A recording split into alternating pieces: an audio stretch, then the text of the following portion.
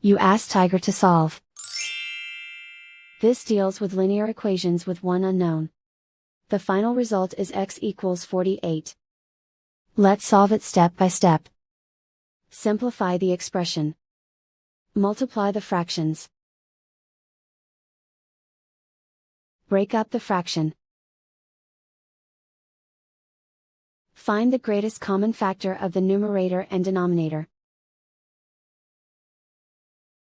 Factor out and cancel the greatest common factor.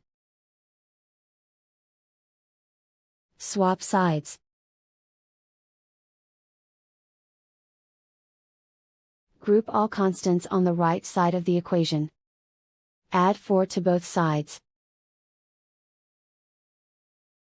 Simplify the arithmetic.